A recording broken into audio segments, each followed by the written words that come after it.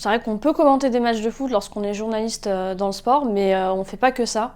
Moi, par exemple, je fais des enquêtes, des reportages, des interviews sportives, je commente jamais des matchs.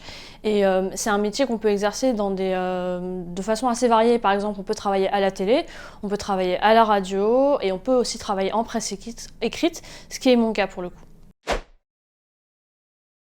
La première chose que je fais en arrivant le matin, c'est de lire la presse, faire ce qu'on appelle une veille de l'actualité, c'est que je lis les journaux qui sont sortis le jour même. Je m'intéresse au sport, mais aussi à l'économie, à la politique, à la culture. Je dois vraiment balayer tous les sujets parce que quand on est journaliste sportif, on est avant tout journaliste. On doit s'intéresser vraiment à tout ce qui se passe dans le monde et c'est important d'être au courant de l'actualité. Je pense être à l'écoute. J'ai fait beaucoup de portraits et ça m'a beaucoup aidé lorsque je vais rencontrer des sportifs.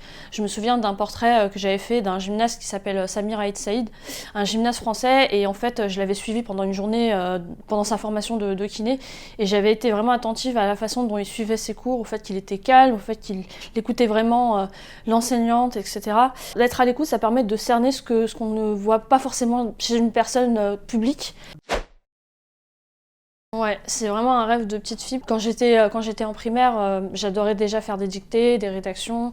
Donc j'avais toujours cette envie de toujours trouver le bon mot. Encore aujourd'hui, je m'éclate quand je dois écrire un texte et je dois vraiment trouver le mot juste.